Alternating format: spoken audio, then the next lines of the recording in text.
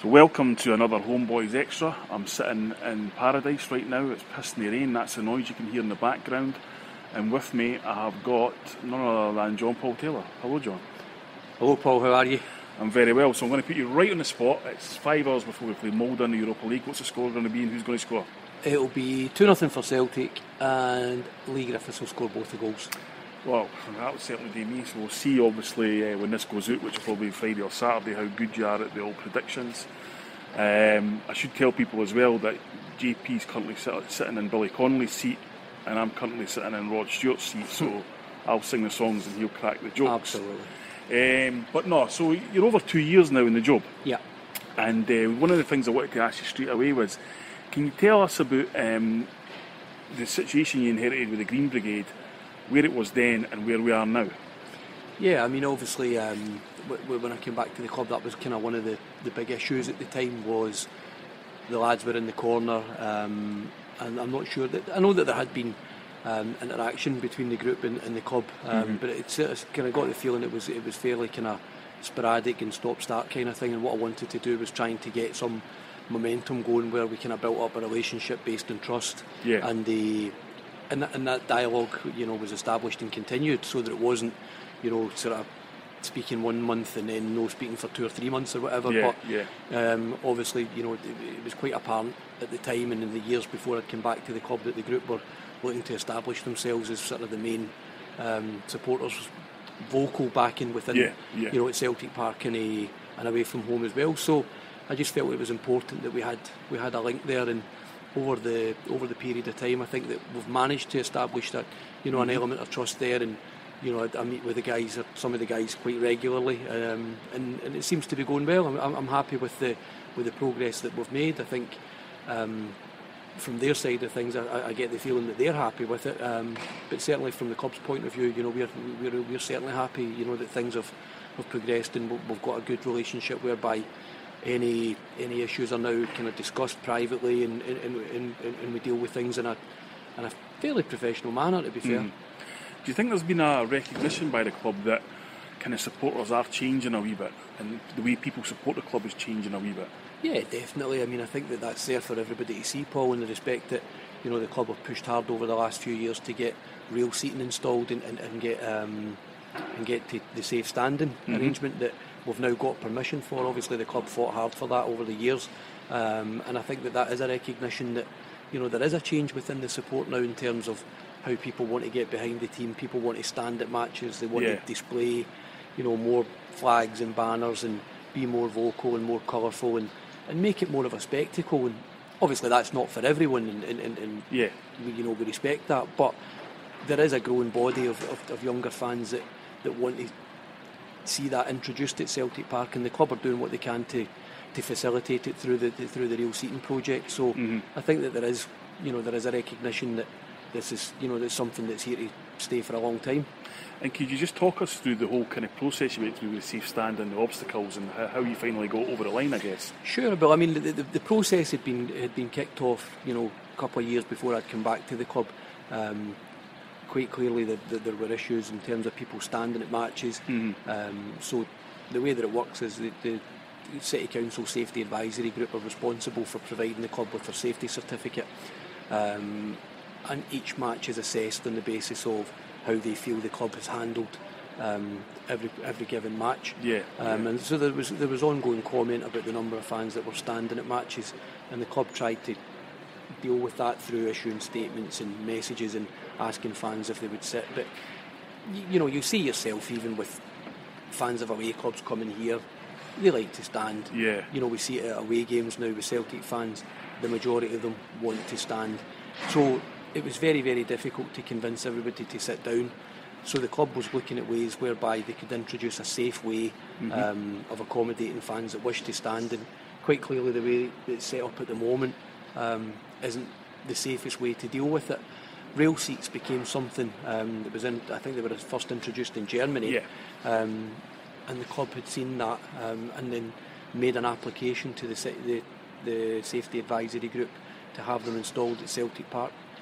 From there is a process whereby the Safety Advisory Group need to be satisfied that what we're planning and what we're putting in is going to be to the benefit and the safety of fans. I mean, it always comes down to safety. It'll always come down to safety.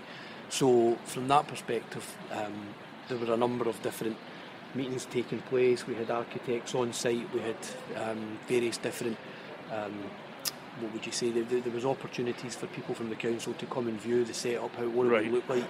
And that really went on for the best part of 3 or 4 years.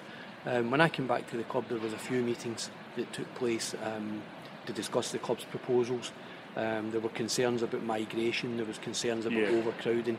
So again, from the safety advisory group's perspective, they've got to put their points across, because, as I go back to the point, it really is all about safety and making sure that the people that come to the matches are as safe as they possibly can be.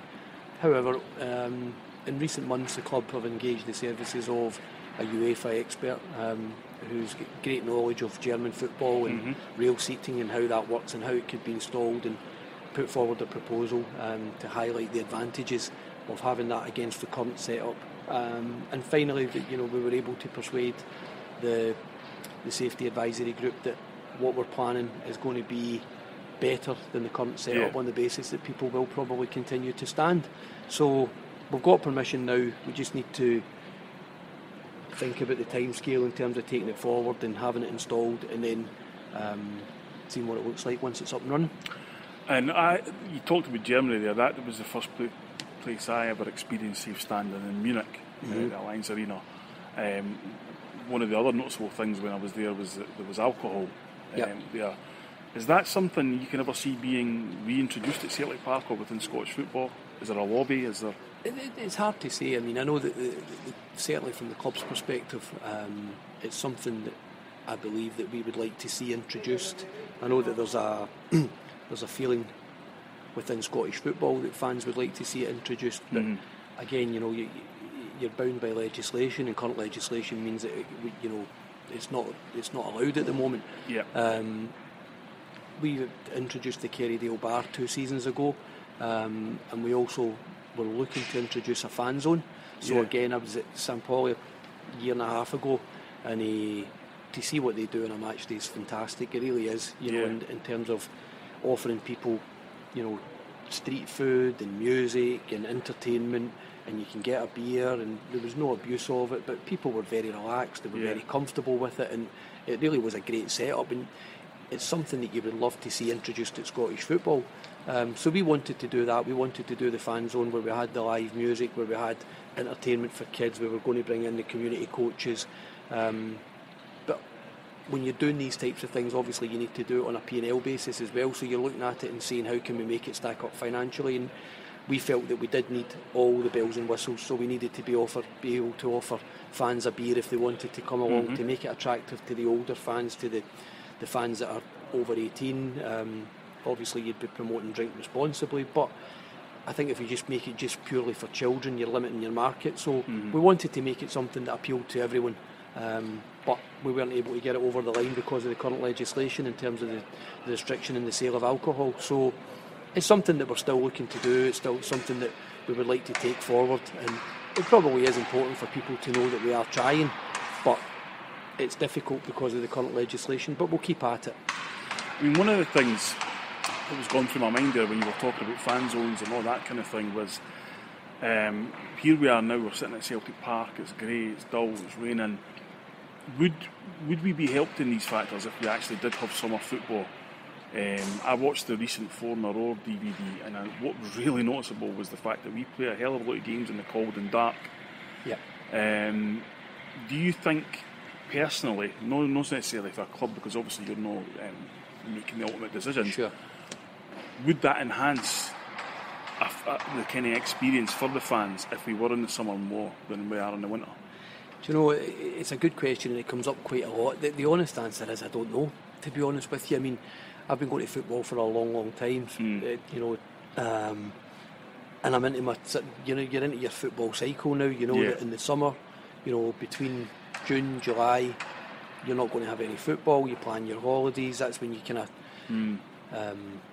you'll take your 2 weeks annual leave, and you just know that there's no football round about that particular time, so that's kind of generally like family time, and you build it around the good weather. you know that come August you're into the football. Once you get into December, well, November in our case is the rainy season based on today, but once you get into the rainy months, you know you're going to the football, and it's not something that phases me because we've done it for years. Perhaps with younger fans, maybe that, you would probably want the next generation to think about whether or not they would come in the summer months and take the winter off, but there's a lot to consider obviously with the international tournaments. You've got the European Championships, you've got the World Cup, and how would that impact on international players as opportunities to perform for their club and their country.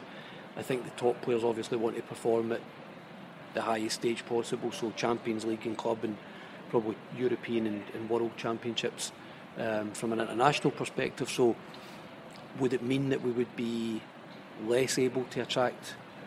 I mean, I know that obviously that it's difficult just now anyway to try and get top international players, but we still have a lot of international players within the squad. Would that put them off if they had to play in summer and miss out on their international careers? I don't know. I really don't know. I think the other thing as well is that on the basis that if you look at the pitches and you think about would the pitches be better, somebody made a case recently is that the pitches don't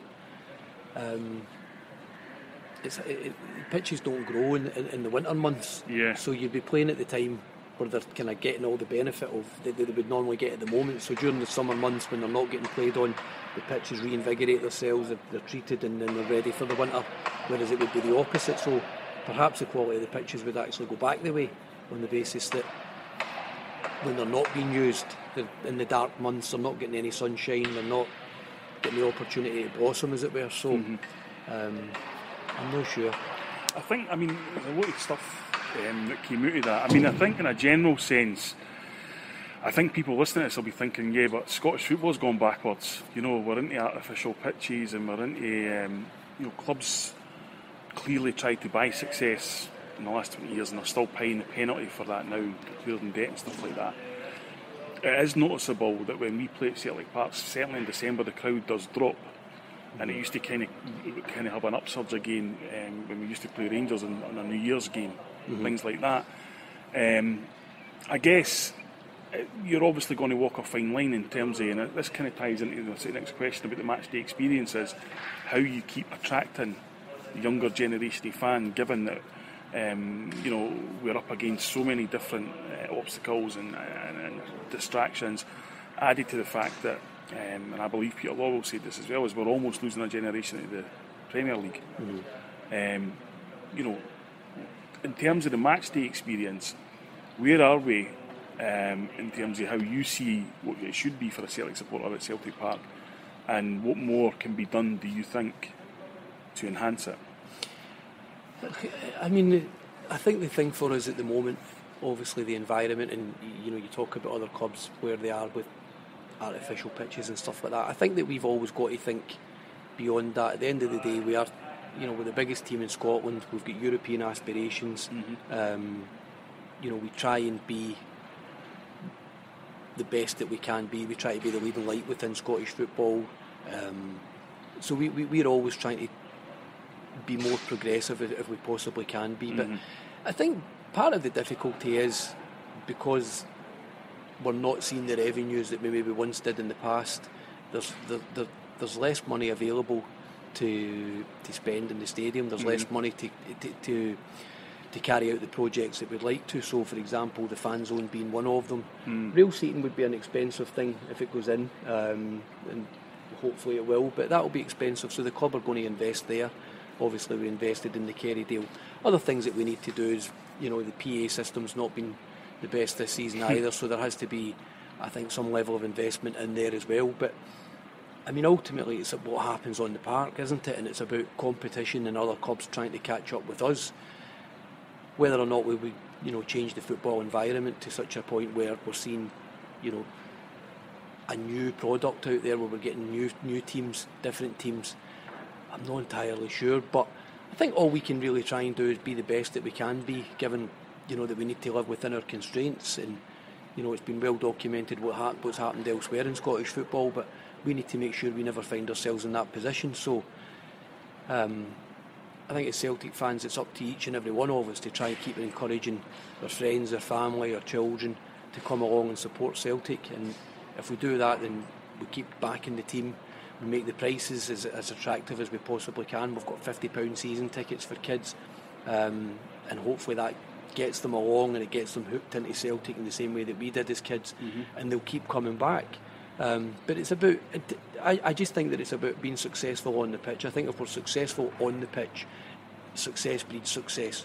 It means more people want to come along. If more people want to come along, there's more money coming into the club. If there's more money coming into the club, there's more opportunity to do new and inventive things. In the last couple of years, Celtic Way has been something that we've seen which has reinvigorated the front of the stadium. Yeah. So, there has been projects that have taken place, that an investment that's taking place in and around the stadium that you certainly wouldn't see at any other club in Scotland at the moment. So we're trying to be progressive. We're trying to continue. I think we're buying some fireworks as well, as you can probably hear. So we're trying to do the best that we can. But to me, it just goes back to football success. If we start off investing in the team, get football success, get into the Champions League.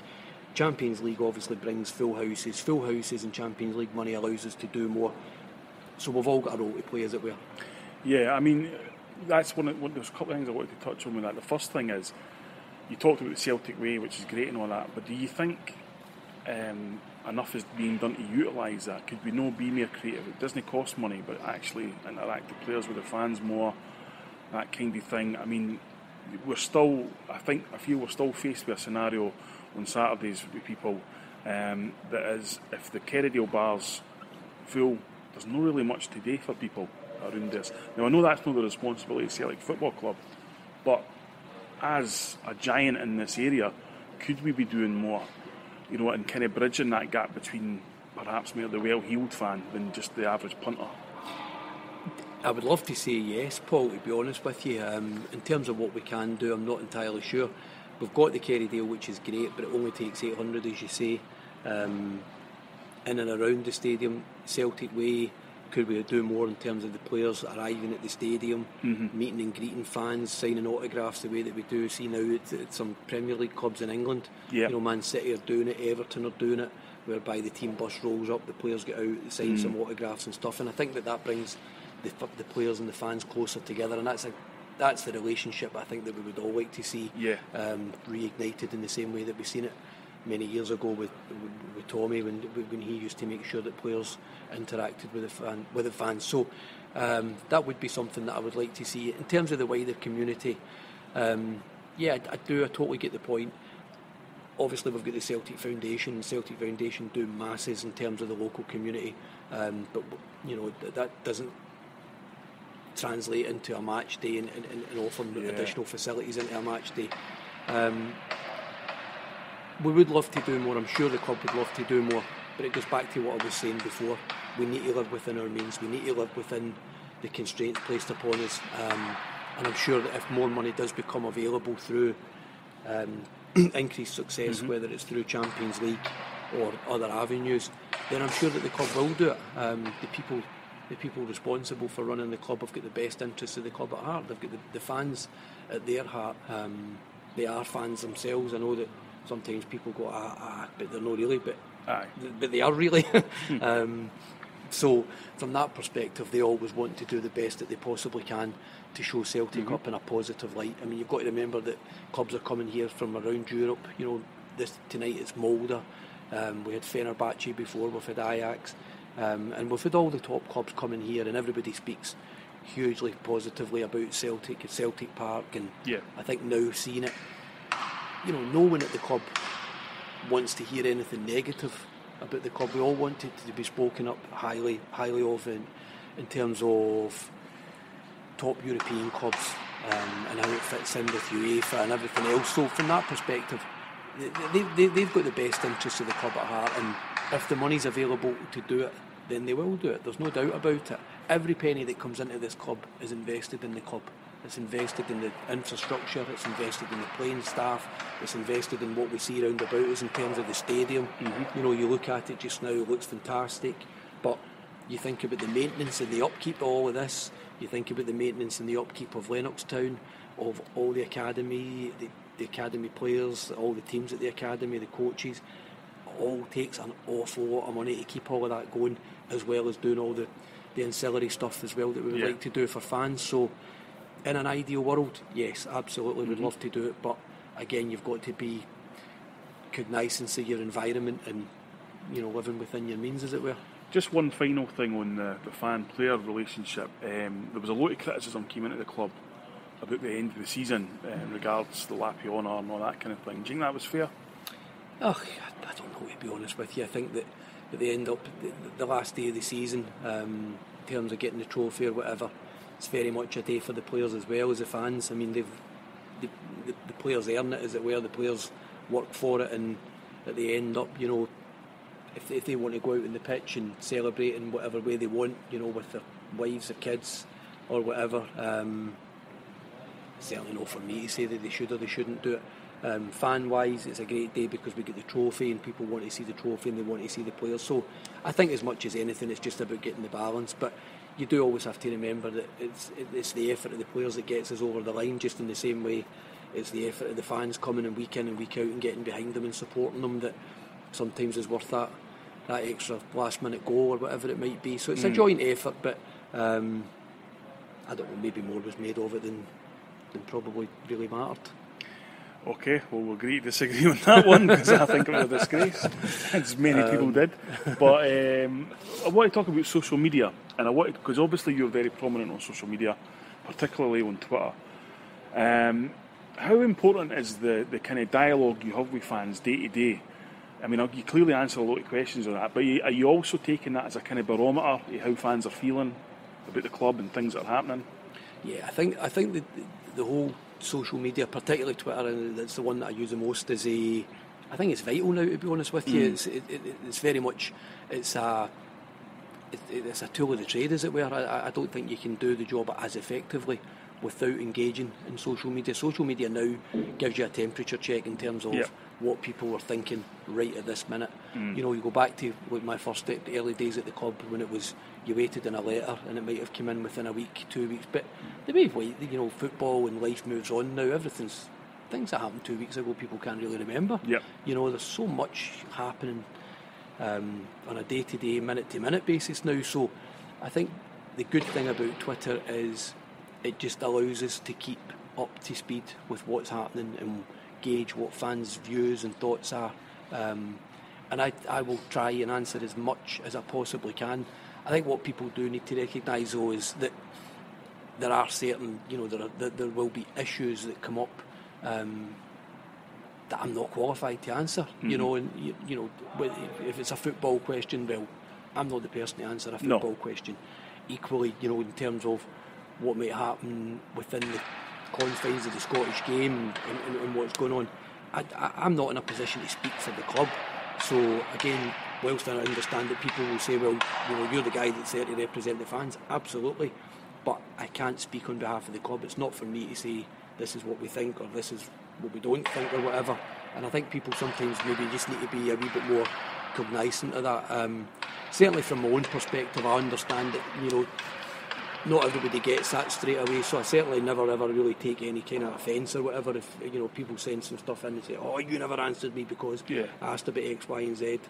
I understand that people maybe don't or haven't given it the thought that I'm not the person that can answer it. So from that perspective, I actually never really take anything personal within, you know, in social media or within Twitter. At the end of the day, people, as long as it's not personally abusive or whatever, people are entitled to express their views. You know, we ask them to come along, we ask them to pay a lot of money, and sometimes things don't work the way that we want, and people are entitled to. It's an outlet for people.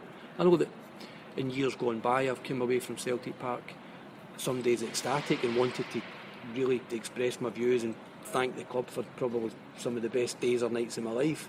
And on other nights I've walked away really, really angry and wanted to have an outlet where I could say, do you know what, that's just not acceptable. And Twitter gives people that, so it's never personal, it's never aimed at me or whatever. I think people see it as an opportunity to get their thoughts and their views out, and as I say, from my perspective, it allows me to kind of take a wee temperature check, and then I can pass that on and say, look, here's what people are saying. This is what Well, aye. I mean, the that's key issues something are. that I wanted to come on about first. I've noticed that you're using a lot of big words, and you've been watching Countdown or something recently. No, I haven't rubbish your countdown, to be honest with you. I've never once get the conundrum. A few dictionaries will be coming out, I think, with this one. But so on that, aye. So in effect, what you're saying regarding it, you're effectively filtering the message through to whatever department. I mean, I'm no suggestion you're going and telling the manager to pick him and didn't pick him.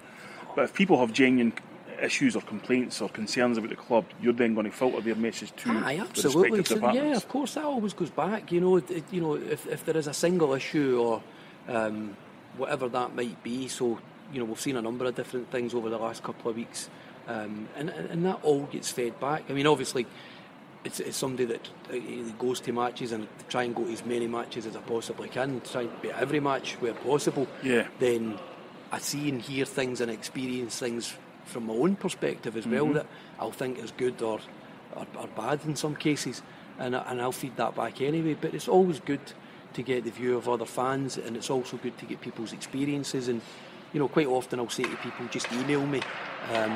And I know that sometimes people will go, well, that's just a cop out or whatever. But again, what you need to remember is with the social media aspect is there are a lot of people that pick up on all these, our social media feeds, and sometimes we just want to keep our business private. Sometimes I want people to, give me details of things, but deal with it on a one-to-one basis, on a private basis, because sometimes it's just not good for it to be expressed publicly. And then we can get more detail. Again, you're not limited to characters. People can give you a wee bit more depth of feeling and put a wee bit more emotion into it as well. But more importantly, I just think that quite often, there's things will crop up from time to time that we're happy to deal with, but we don't want to see the rest of the world to see how we're dealing with it. Yeah, I mean, on a personal level, I think you've got one of the hardest jobs in the world, quite frankly. And I've seen it from my own perspective, where we have been practically at each other's throats about issues regarding Celtic that would never have happened had you not been in that job. Yeah. Because suddenly you become the face, if you like, of these kind of things. But the one thing I wanted to ask you regarding that was, you obviously go out and meet other clubs and represent Celtic and that. How are you and Celtic perceived in Scotland when you meet people for other clubs and deal with fan issues and stuff like that? I mean, I think a lot of fans would think that we didn't get enough respect. But, one highlight recently would have been the Hearts League Cup tie, where we got a pathetic allocation. They can't sell their boon. We all knew that was going to be the case. You had said it previous to that. Are you, in effect, the only one that's kind of pushing our case in these respects? No, I wouldn't say so, to be honest with you. I think people have always got an idea of how these relationships work, but it's always very cordial. You go to other clubs, people are very welcoming, and you discuss whatever match that it might be. I think one of the things that we always need to kind of bear in mind is that as much as we would like to try and take as many tickets as we can get, you've always got to remember it's their stadium, and you need to be mindful of that. That if it's we're talking about Hearts in this case, but Aberdeen as well, for example, it's perhaps a good thing in the respect that they're selling more tickets now, so they're getting more people coming to their games, which means more money into their club. And okay, I can accept the fact that for many, many years we've taken big allocations and we've contributed quite significantly in terms of the revenue that we've generated for these clubs. But if they are improving and they're attracting more of their own fans, it's difficult to say to them, no, give us more, because it's their house, and it's like someone coming here and saying, let's just assume that Man United were playing here next week in the Champions League and they said, they want the whole Lisbon Lions. What would we say? No, you're not getting the whole Lisbon Lions. So, you have to think, well, what would you do yourself? If you've got the demand from your own fans, it's your own fans you need to look after first. I think from our perspective, we obviously try and do the best that we can for our fans and get the best possible deal that we can for our fans. But, you go to other parts of the country, you're dealing with other match commanders, have got ideas about how things are. You can't tell them how to do their job. So what you can do is you can give them the benefit of your experience. You can give them the benefit of the fact that you're a fan yourself. You can give them the benefit of the fact that you've got a relationship with the main supporters groups and feedback what their thoughts are, and hope that they'll listen to you. You hope that they'll build their plans around that. And one of the things that we're working on at the moment is trying to get arrange a meeting with Police Scotland and to talk about recent matches away from Celtic Park, and how we feel that those have been managed. But it goes back to the point, as I say, you can't tell people how to do their jobs. I mean, if that's their jobs and they think they're doing it properly, all we can really do is point out where we think they could do it maybe a wee bit better, and obviously take consideration for our fans. Do you mind if I take this a wee second? No Sorry. problem. Hello. Live action calls. I know, sorry. Sorry about that, folks. We just got a phone call from Peter Lawwell demanding to know why John was doing this interview with me. But no, just to round off the whole match day experience and thing. I mean, you mentioned there the meetings with Scotland, and it's been evident. Obviously, there's been you've said already that we are the biggest team in Scotland. We've got the biggest support. The only reason there's a TV deal is because they show us on the TV. Would you accept that our fans, particularly away team, are getting a bit of a raw deal in terms of the treatment that's going on right now? I think there's more of an obvious police presence at games than I think is necessary. And certainly what we've seen over the years. I mean, it just seems over the last couple of years, when we go to away grounds at the moment, there's quite a high police presence. And probably what I should do is I probably should go to other games that don't involve Celtic and just see how that compares. But I have been surprised at the level of policing, and it's maybe one of the things that we would like to ask is if they're prepared to listen and modify the match day arrangement.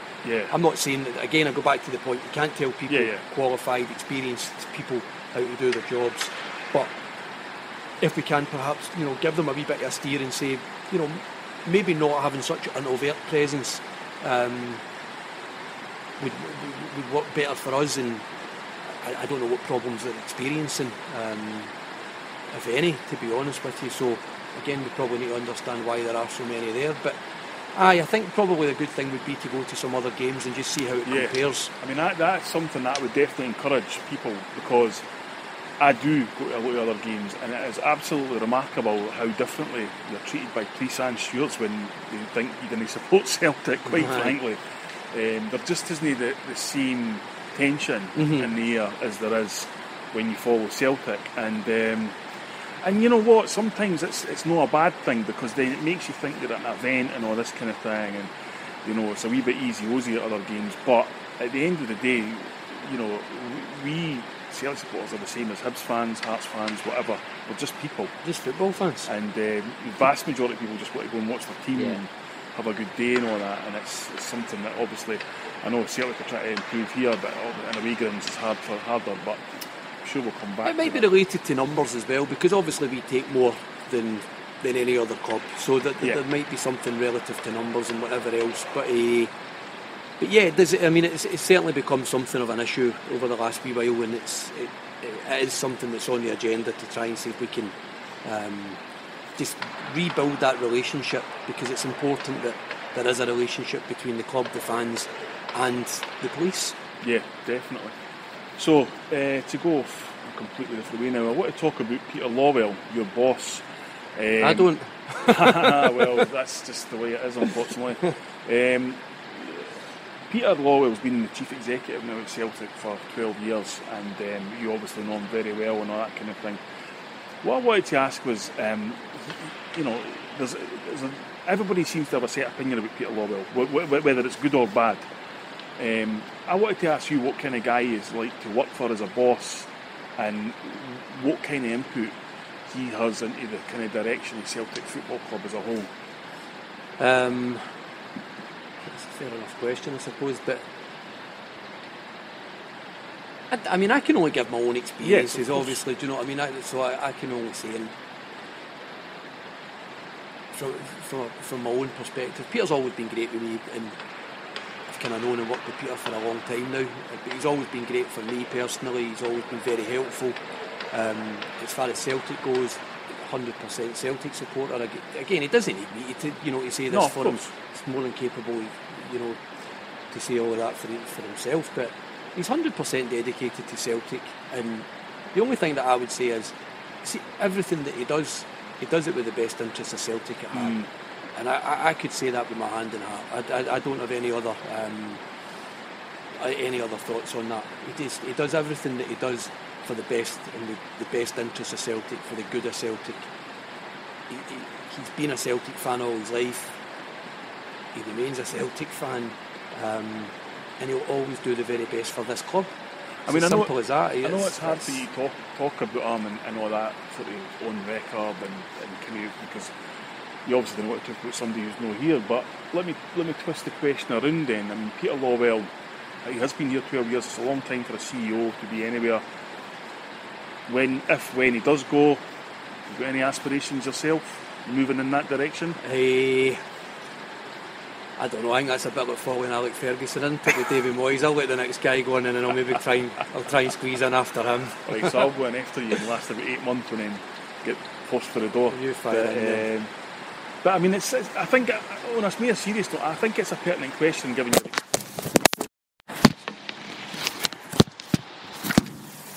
Technical issue there, folks. Killed him out. I'm still going, that's fine. You clearly started the club 1993, worked at the ticket office through 2008, came back 2013, you've got a lot of experience, you clearly love the club, you clearly know the ins and outs of the club. I mean, dare I say you're not getting any younger. No, that's true, to be fair. Is it something you ever think about? For a role like that? No, it's a big role. I think it's far wider than people actually believe, to be honest with you. It's when you see what's involved in it, and it's a huge role, and I think it's testament to him, the fact that he's done it for 12 years, to be honest with you. And I think that you look at where we are again. I go back to the fact we're sitting at Celtic Park at the moment, brilliant stadium, beautiful laid out, nice set up, Europa League game tonight. We've participated in European competition. Try to think of the number of years with Champions League in those years as well, but we've always been at the forefront. We're still seen as a top European club, albeit people said to us a few years ago, Scottish football, it's all going to cave in, etc. We still operate as a top European club, and we're still seen as a top European club. So I think that's testament to Peter and the rest of the board to keep us up there in the way that they've managed the club. But no, I mean that's a huge role. Probably a bit beyond me, to be honest with you. But it would be nice. But Dermot, whoever gives you the call, will play this interview. But, a few people ahead of me, I think. Just one last thing on that. I mean, I know you can't speak about this, but you speak about for your own point of view. I know that Peter Lawwell, I've heard anyway, that Peter Lawwell's life in Glasgow can be quite hard for somebody such high profile. What's your life like now in Glasgow? Mine is fine, to be honest with you. I don't get any bother at all, to be honest with you. But you're always on the job. Oh, you're always in the job. You work at Celtic, you're always working. You're always working, so it doesn't matter whether you're Sunday afternoon in Buchanan Street or Friday night, got a fish supper, whatever it might be. At any given time, the phone's there. The phone could ring, and you never know what's going to crop up. But you always need to be alive to the fact that you're on duty, and again, that just impacts in terms of the how you go about your life, as it were, because you're always representing the club no matter what. I dare say, I mean,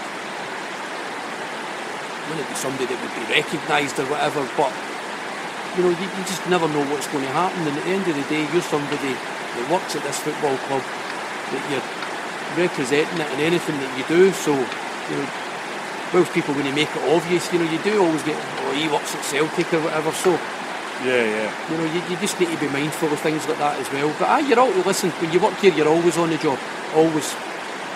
So obviously, a couple of weeks' time, with the AGM coming up, Now, the way to look at it, I mean, I'm not wanting to talk about, because, any issues can be brought up at the AGM, we've seen the resolutions and all that kind of thing. But when I first started coming to AGMs, which was way back just after Fergus, we used to sit over in stands and things like that. We used to sit here. Aye. And we used to build a stage facing in. Aye. And it seems to be getting smaller and smaller. Mm-hmm. Have you any idea why that might be? I think, and this is purely a personal opinion, but I think at the time when we all bought our shares and we got the opportunity to attend AGMs, it was a novelty. Yeah. We never had the opportunity to be shareholders in Celtic, so when we got that opportunity and the AGM came round, everybody wanted to go to the AGM. I think partly out of, there was a sense of pride that you were a shareholder. I think also a sense of curiosity because we'd never been to AGMs before. Yeah. And then I dare say that there would have been quite a number of people that would have came along and said, I'll tell them what they should be doing. Aye. And another thing, they pies, definitely. It's too actually, hot, too cold. You talked about Twitter being a barometer. I'll be honest with you, the last 10 years at AGMs, I've felt myself with about 80% of the issues thinking, and questions that are asked, boy, is my finger knowing the pulse of what people are thinking. I know, exactly. You can never predict what comes up, apart from the obvious ongoing resolutions, but just the general questions and stuff. It's kind of funny because, I've made the reference there to pies, but, you do, I remember one year there was someone highlighted the fact that they stood in a puddle. Yeah. And so they got their feet wet. God almighty, I think they got their feet wet the night. If anybody thinks we're basically under attack now at Celtic Park with a monsoon coming down. Absolutely. But so the AGM, somebody stood in a puddle. And I can also remember another one that Martin O'Neill attended when someone kind of gave him a bit of flack for not playing as many young players and should be more youth in the team and not giving young players a chance. And Martin just cut him off, said, do you know what, my job's here is to win football matches. I'll decide who's good enough. And that was the end of that. So, you see both sides of it, but I just think as time's going on now, people understand that, their ability to have a major influence at AGMs is probably not what they once thought it was. So, so maybe just there's a lot of time taken up, in formalities as well, which, again, it doesn't really mean an awful lot to people. See, I was actually giving you a kind of a platform there to beef yourself up, and you could have said, well, it's because I'm here now and they all talk to me and I deal with other issues, and we've got anybody. Well, there could be that aspect as well, but I dare say there's plenty of people go to the AGM that wouldn't have the first idea who I was. So no, I mean that's I think that's apparently everything. But one thing I was going to talk, we've talked every so often we hear Celtic are going to the Premier League, we're going to the Atlantic League, there's going to be a European Super League. And at that point, the music theme comes on, and off again. Where are we going? It's funny how that still came on when you said it. I know. Super League. I'm sure that was Peter Lawwell trying to throw us out of Dermot Desmond or something. But where are we going? What is the future? It's a good question, Paul. I don't know. Obviously, you've got the European Club Board, is it? Yeah. ECB. And I think that they look at various different ways of trying to improve the game in Europe, particularly in the leagues that don't benefit from the massive TV and media deals, and that might be something that could lead onto something better for us in terms of the environment. But in all honesty, I would only be guessing.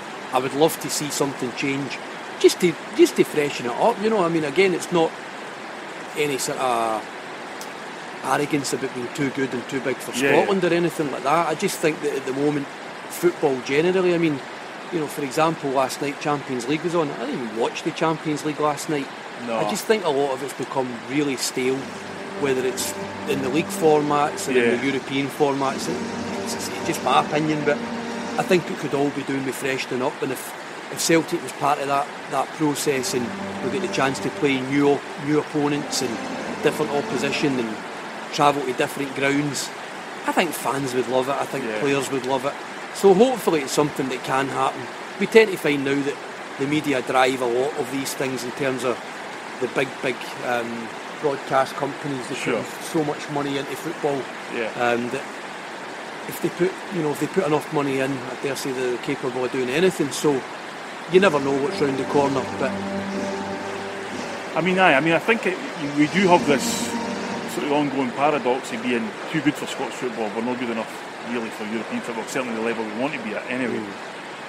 But there's only one thing I'm going to ask you here that we actually want to cast iron on the record statement for you. Can you guarantee now that whatever happens, no matter what invitations we get, you'll not do anything before we win 10 in a row? what do you mean never do it? We'll not do anything. We'll not move anywhere until we've done that. I'd be surprised if we did. I just don't know because I just think we get to 8, 9. There you go. You've got the stadium filled every week by 8. Aye. To say you were there and stuff. So I don't want to go anywhere until then. I'd certainly be surprised. But then the other question is, if you got to 8 or 9 and someone said you can play in a top league that involves Real Madrid, Bayern Munich, Barcelona, Man United, Arsenal, would you say no? I would before 10 in a row. Well, I'm glad neither me or you're ever going to have to make that call. Aye. It would be a nice problem to have. A lovely problem to have. So we've got a couple of other wee things we want to talk about. Some serious, some not so serious. I've got a direct question here, and this is probably quite serious. Have you ever sneaked any Celtic player into the Barrowlands? Aye, I did actually. Simon Donnelly and Jackie McNamara. Yes, well, see, here's the thing. One of them has completely denied that. No. One of them was there, and one of them wasn't. Maybe Jackie wasn't there. Simon was definitely there. Yeah. No, because Jackie went to see... Maybe went to Oasis with us. Nah. He's only been to the Barrowlands once, and I can tell you the band once you tell the story, but when I put it to Simon, and he said, no, I wasn't, no, me, and I said, you never sneaked in through Baird's Bar? He did. He did. He was with us. And he was at the Stone Roses. Aye. Jackie's only ever been to see Embrace with his daughter. Oh, and Embrace are the McNamara brothers, so I don't know if there's a family connection. I'm not sure about that. But I'll ask Simon, I'll ask you the same question I asked Simon. Why did you, a top face around Glasgow, need to sneak into a concert at the Barrowlands? Well, it's arguable whether you'd be a top face in Glasgow, but it was years ago. And we wanted to go and see Stone Roses. A few of us went, and it was sold out. And at that particular time, we were getting no joy at all. But a cousin of mine, well, we kind of knew CAD for Baird at the time, and we got told if we went in, we would find a way. Yeah. So we did. But Simon was definitely there. Oh no, he's not denying it. But Jackie was talking I about thought lawyers Jackie and that. might have been, but no, I thought he might have been, but maybe not. Jackie's not a man from Glasgow. Let's say No. He likes his Edinburgh comforts like me. I thought we had got something, maybe another. Oh, listen, I can't remember now. I thought maybe he was there, but Simon was definitely there. And no, listen, the guys in Bears were good to the word and sneaked us right up the back stairs. So it was happy days. And to kind of round all this off, because this will probably be the longest part, I want to take you back to May 2003 in Seville.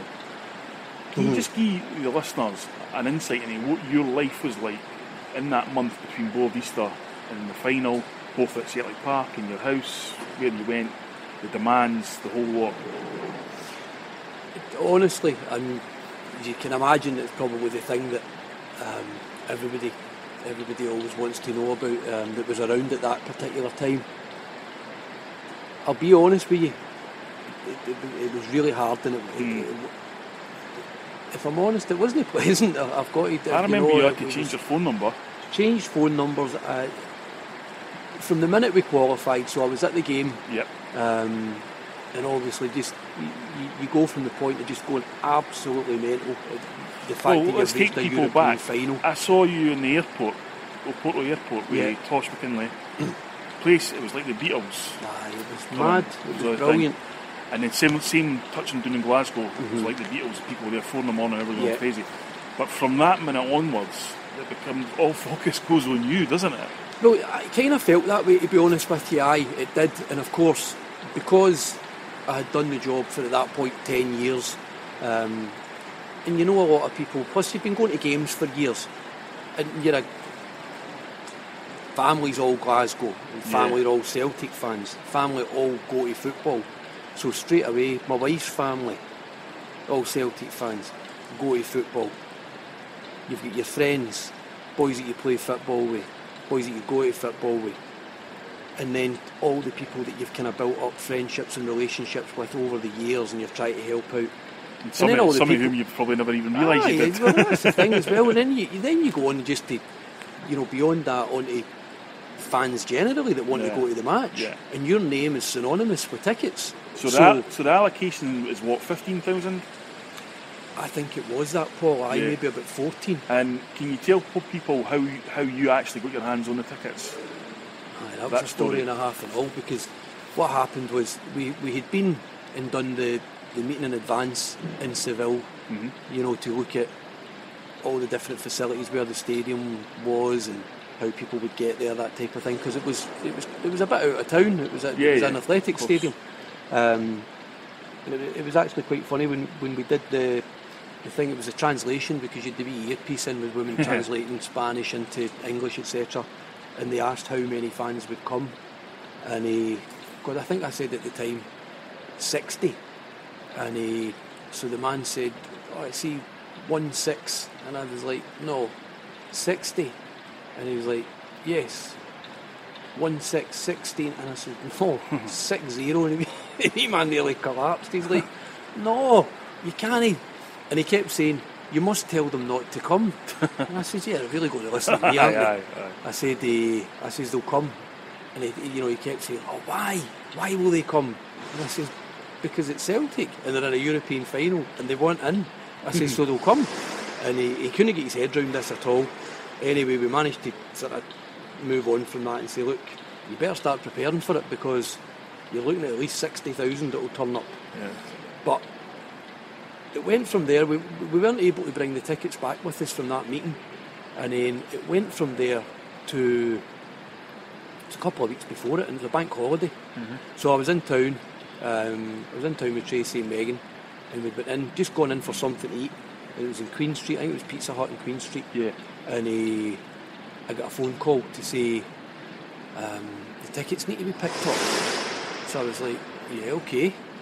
So it was then moved on to say, yeah, but the situation is there's a flight leaving tonight to go to Heathrow, and then there's a connecting flight flying tomorrow from Heathrow to Madrid, and then Madrid to Seville.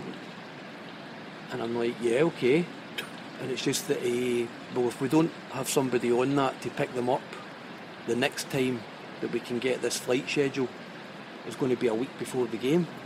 So I was like, we can't get the tickets a week before the game. So nobody would courier them because of the value of them. So the tickets were sitting in Seville. And then it became apparent that the phone call was really to say, you're going to need to go. So it's maybe 3:30 in the afternoon, and the flight's leaving at 5:30. And I've got to go home, get a bag, get sorted, get to Glasgow Airport, get from Glasgow Airport to Heathrow, stay overnight in Heathrow, get a flight first thing in the morning. I think the flight in the morning was at 7 in Madrid, so I've got to be up at like 4:30, 5 o'clock. Aye. Get to Madrid. I've got a 3 hour wait over in Madrid. Fly to Seville. Get to Seville. Get off at Seville. There's a man at the airport with 2 huge cardboard boxes. Says, there you go, nice to see you, cheerio. And then I've got to go straight back. I don't even know how to carry the boxes. I'm looking at them thinking, what am I going to do? So I've got to go and then buy 2 big bags, 2 big gigantic bags. And I can't carry them because they're too heavy. Aye. And I've got them over my shoulders, honestly. I'm like Clint Eastwood with a double thing, do you know what I mean, going across me with these 2 big boxes. And then I've got to try and convince the aircrew that they ain't going in the hold, but they're coming on the plane. So that ends up a bit of a drama again. And then, of course, at the weekend, I think Chelsea were playing in the FA Cup final. We'll just pause it there, folks, for a phone call.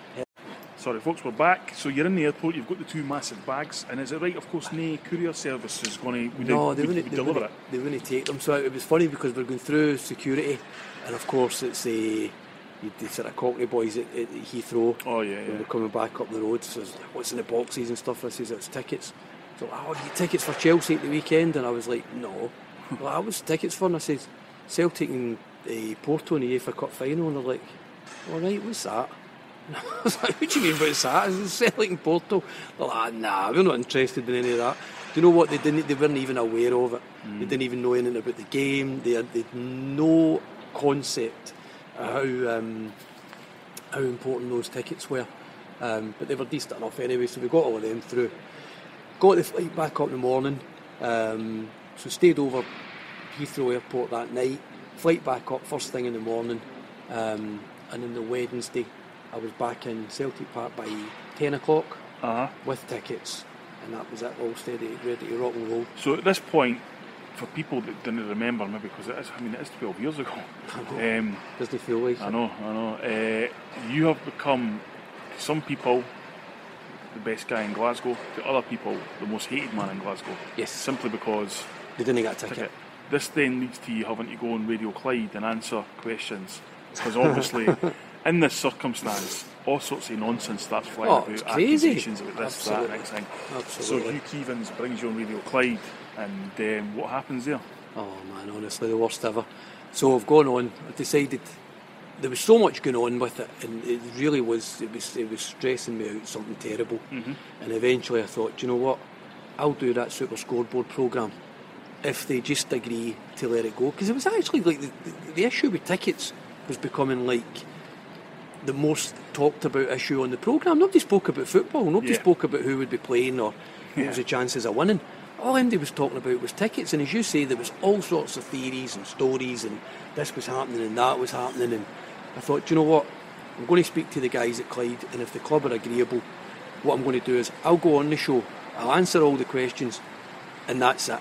Yeah. And then after that, it doesn't get spoken about again. So club agreed and said, yeah, why not, just put it to bed. And so we decided to do it. So we went over to Clyde and done Super Scoreboard and took questions from people on air, answered the questions, gave them all the reasons why we did things the way that we did, and it was about not just the fact if you were at all the games, but you had to have taken a ticket off the club so that the club registered it, because the likes of Stuttgart and Liverpool and stuff, there were people there, but they got tickets from all over the place. But if you start going down that route, then there's multiple thousands of people that could have got tickets. So you had to go on the records that you had, i.e. who got a ticket from the club. So explained all of that, and it all made sense, and one thing and another. So probably about 15 minutes of the show to go, he says, listen, thanks a lot, John, for coming in, superb, answered a lot of questions, great.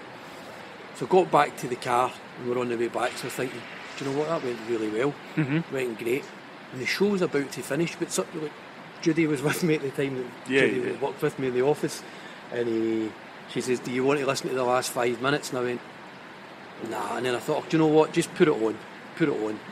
And honestly, we put the radio on for the last couple of minutes, and I just heard Hugh Keevins saying, we've got John Paul's mum on the phone.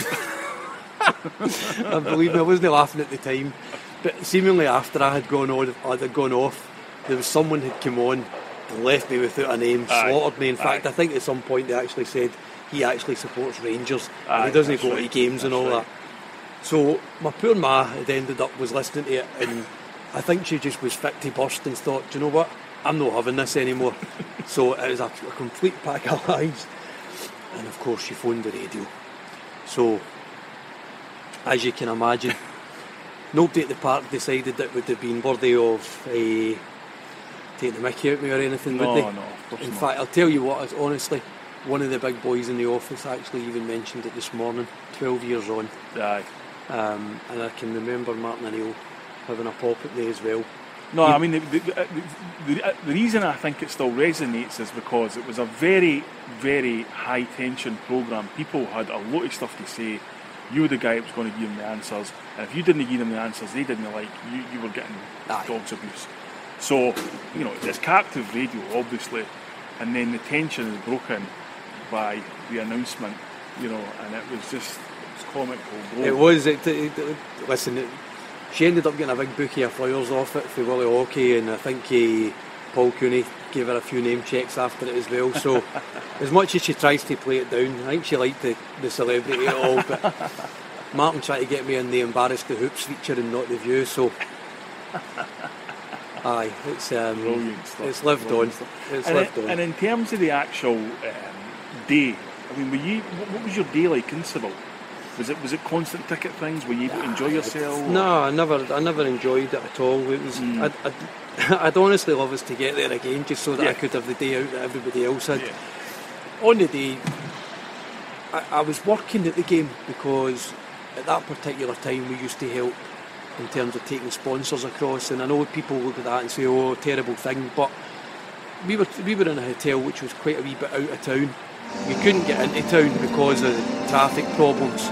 And I was holding tickets for people as well, so you know there would be club guests that had to come and meet me to get their tickets. There was just various different friends and family of directors and as I say, club guests, one thing and another. But I've got the responsibility of holding on to their tickets, so I can't really do anything because I've got to give them a central point, which is at the hotel. So I was in the hotel all day. And then we left on the evening to go to the game. We took sponsors and stuff to the game. And then at one point I ended up without a ticket because there was a big mix-up. And then I think Martin's wife, she didn't have a ticket, and then his two girls. And obviously the first thing you're going to do is you're going to offer your ticket away to his family and stuff. So it all gets settled down, but until the game started, I never enjoyed any of the build-up or anything. I wasn't able to join in. And then obviously you had the highs and lows of the game. Yeah. And before you knew it was all over, we lost 3-2 and it all ended up really flat.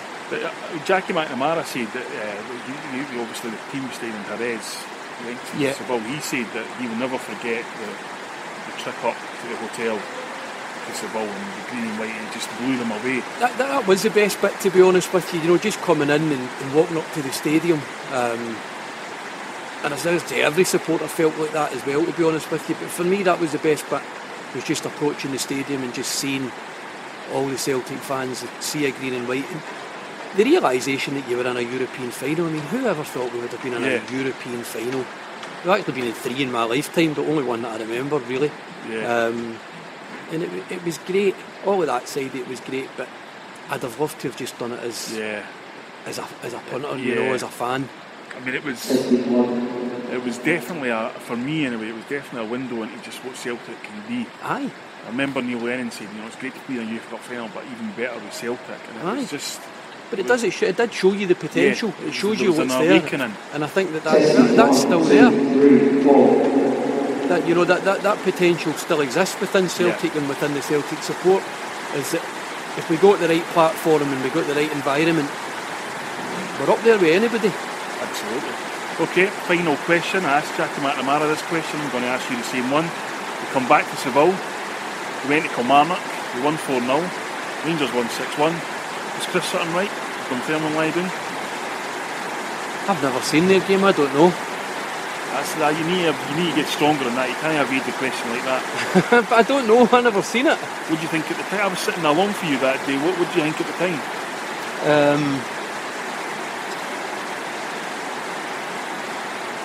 I thought we'd done enough and deserved to be champions. I must admit, in the time you've been at Celtic, one of the things I think you're now absolutely equipped for is to be a politician with your answers. But we'll finish it there, folks. Sorry for the we should have won the league. We should have won everything that year, and we all know why. But anyway, we've had music, we've had this English boy in the background being tested, we've had all sorts of interruptions with phone calls and that, but we got there in the end because that's the way we do things on Gilly Media. Thank John for his time. He's a busy man, and we'll speak to you all again soon. Sounds good.